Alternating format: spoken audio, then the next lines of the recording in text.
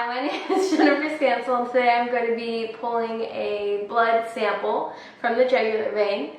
My little helper here is Juno. The first thing I'm going to do is I'm going to have my restrainer here, Anthony, put her in the proper hold. So he's going to be lifting her head with her nose towards the ceiling, and he's going to be holding her front 2 feet together.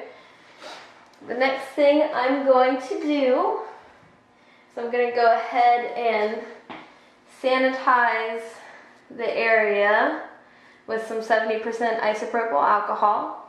This will make it easier for me to see the vein, and it'll also just get rid of any germs on the top of the skin. Next thing I'm going to do is I'm going to go ahead and distend the vein by pressing into the thoracic inlet, making sure not to cut off her breathing, but just to distend my vein outwards. So I went ahead and put Juno down in sternal recumbency because I realized that that would probably be a little bit easier for me to find the vein. So again, we have sanitized with our 70% isopropyl alcohol.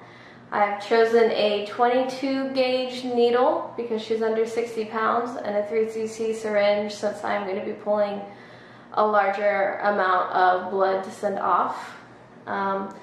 I'm going to go ahead and distend the vein by pressing my thumb into her thoracic inlet.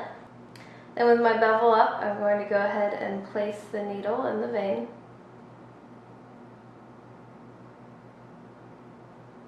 Aspirating to pull back on blood, and once I've hit the vein, I'm going to gently pull back and collect my sample. Once I've done, I'm going to put pressure on my venipuncture spot, and then I'll have Anthony take over in keeping pressure.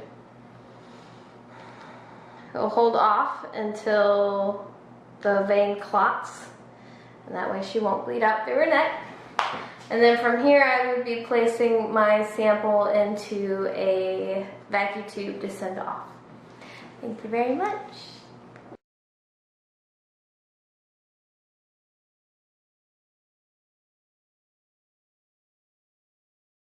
Hi, my name is Jennifer Stansel, and today I'm going to be performing a cephalic venipuncture on a dog to draw some blood.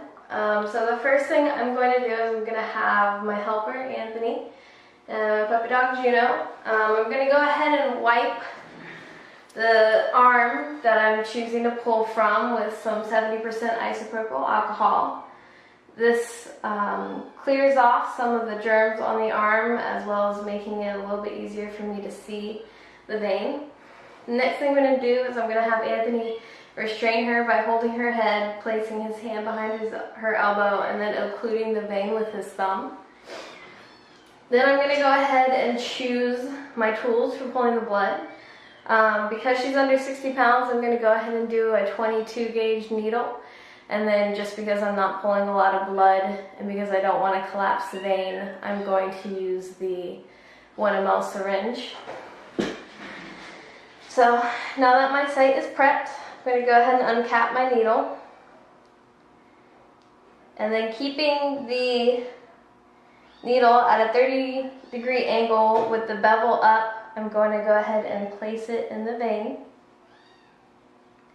Then I will aspirate back on the needle. Once I have blood, I will ask Anthony to release, which he has, and then I will pull the rest of my sample.